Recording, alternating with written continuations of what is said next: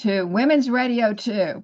I am so excited to introduce to you today an amazing lady and a champion for the people, and also a person, obviously, with a lot of chutzpah because she is going to run for DC mayor as an independent. Now, if you thought New York was hard, DC is a real challenge. So I am very, very happy to bring to you a lady who has already proven to be a champion for the people. And now we're going to find out why in the world she'd want to run for mayor of DC. So please help me welcome Dr. Rhonda Hamilton.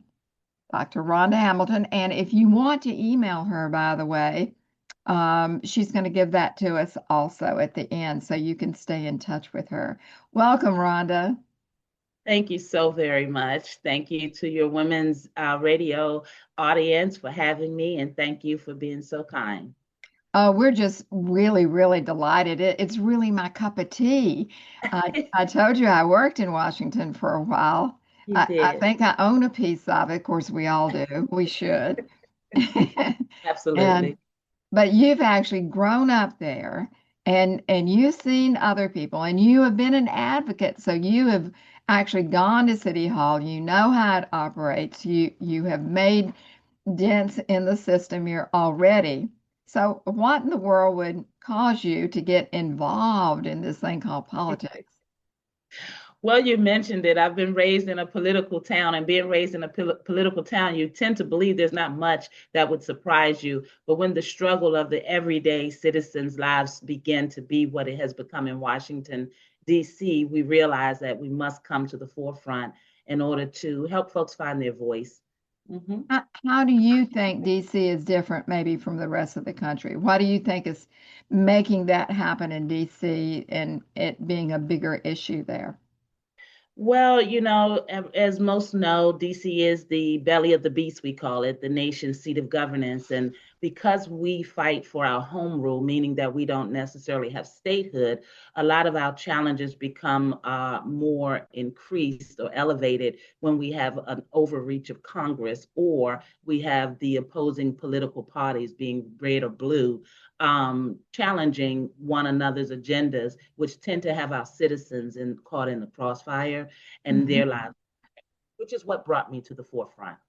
Ah, very, very good. Well, I know that it is constant work. And how have you found campaigning and how have you found the people that you've met? And what have you learned from that? Well, that is a question. As a mental health advocate on the ground in the nation's capital for almost a decade now, I was really hopeful that the people would open up to me and would remember that, I am the one that shows up in the darkest of hours, and that has been the case. They are very receptive to the campaigning. They're very excited for the opportunity.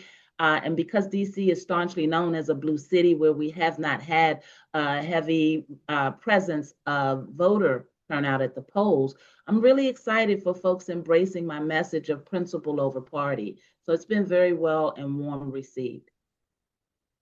What have you learned by doing this work? Is it anything surprised you so far, or is it? I can only imagine, especially in DC, it must feel daunting to some degree. But what surprised you? What surprised me is that through all of the polarization, and as I mentioned, the warmly reception that I've received, but what has surprised me is the reality of how much people really are fed up with tradition. They really are frustrated with the reality that the politics have reached their kitchen tables in a way that they've had to become very concerned.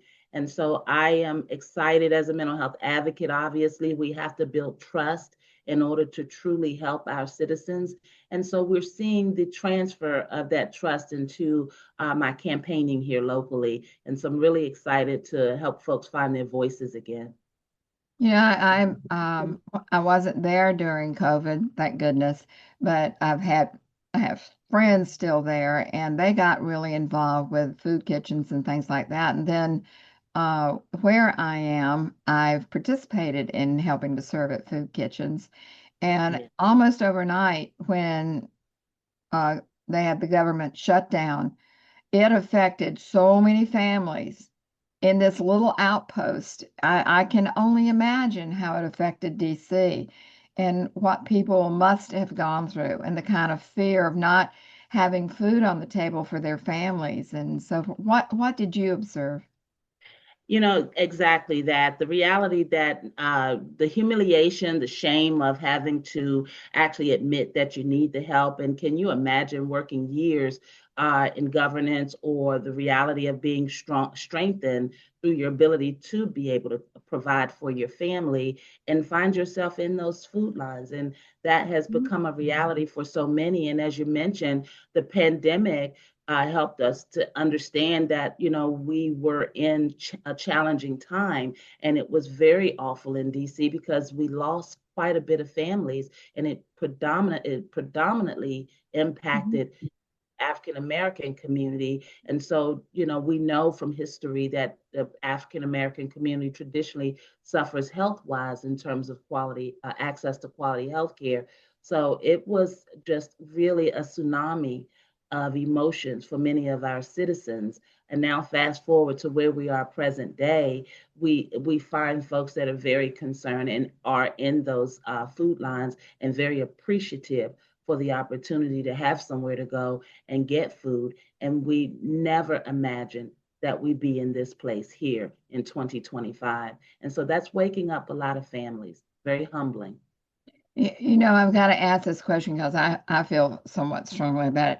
How do people, and as you suggest, you know, you have a lot of people in the DC area in this predicament, and how have people reacted that their jobs were cut and they've been put in economic straits, and yet we see that they're, I don't even know the cost, but the cost I've been given is like $300 million to make a ballroom in the White House that frankly isn't needed, especially when you consider what the people need.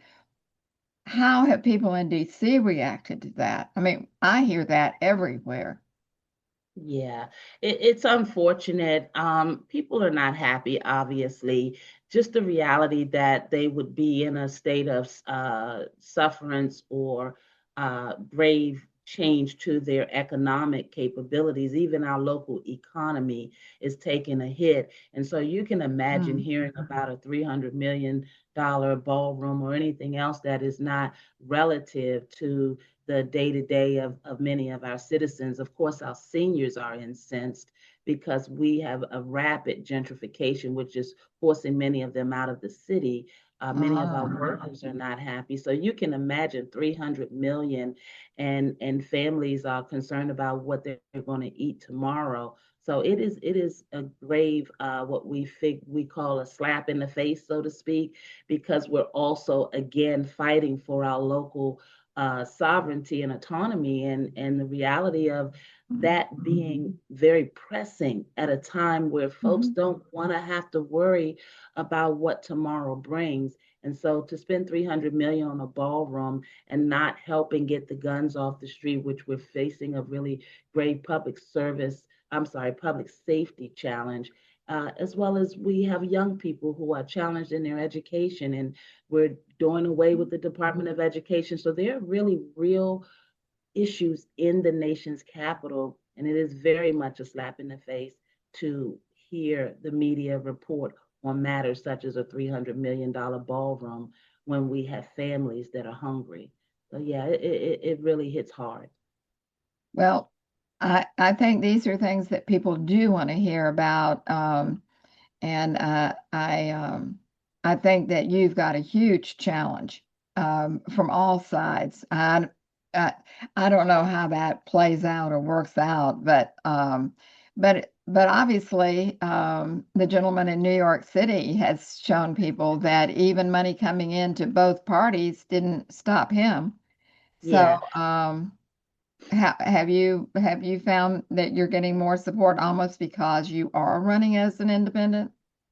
You know, I have, and I've gotten more folks curious about me being an independent. And truthfully, the one reason that I can help everyone, help resonate for everyone is that the lives of the families that we were helping and that needed the help weren't changing, whether the blue was in charge or the red was in charge. And so the reality of us having to get back to just being humanitarian who care about one another, being truly Americans. I am the daughter of Army soldier who is no longer with us. And the truth of the matter is that it's never about blue or red when Americans are suffering. We just kind of show up.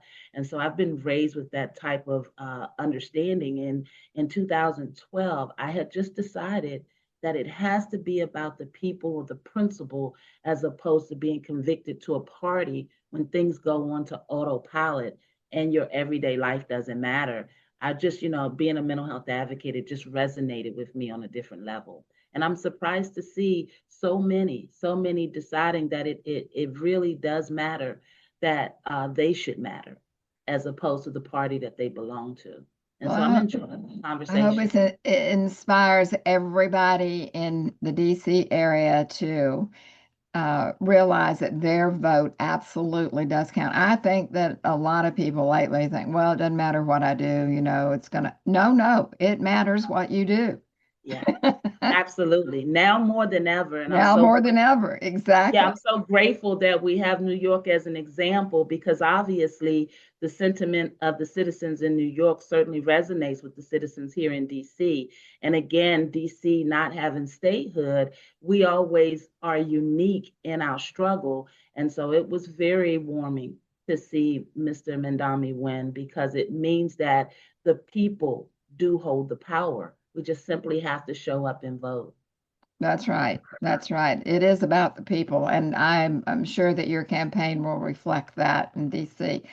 Oh, It, yeah. it has been my enormous pleasure and honor to have you today, and I can't wait to see what happens next. And I hope that our viewers will let us know what they think. That would be so good. And Absolutely. it's a time I think for it, we thought everything was just running clickety click after COVID, and everybody went back to work. But now we're getting a chance to really, really take a look at our value system, Yes. where we really want to go in this century, and how our relationships with other countries, for instance, matters to us individually quite a bit. You would think, oh, that's somebody else's job, but no, no, no. We care about what other people think about us, and that's not so great these days. So No, it's it's time for not. us. It's time for us to double down on what it means to be an American. And if we don't, then we'll see that it'll be hijacked. And that it just means too much to so many of us. And as you mentioned, our value systems, our morals are in challenge, as well as the future for the young people that we should be fighting to leave this to. And so I'm very proud to be a part of the American story and to remind folks of what that truly means. And democracy, it must survive. And happy to do my part. Amen. Well, we wish you every success. We'll look forward to your coming back, and we'll get another report at some time. And I think it's such a challenging time, and yours is such an interesting story. I hope that you'll come back and give us lots of good news. That will be very interesting. And Yes, I would love for you guys to follow the movement. Rhonda, Rhonda, Hamilton, Hamilton, the number 4, DC.com. Rhonda Hamilton for DC.com is the website. We'd love for you guys to sign up to get the updates and most importantly, support the movement in the nation's capital to restore democracy in a way that we should never be challenged to have to do. well, the best of success to you, and we'll look forward to talking with you again. Thank you so much for being my guest today. Oh, thank you. And thank you again to Women's Radio. I am so empowered because women run the world, right? Well, I'll tell you what, we've come a long way, baby. We have. Oh, yes, I second that. Yep. Great. Good luck, Rhonda. Thank you so very much. God bless you.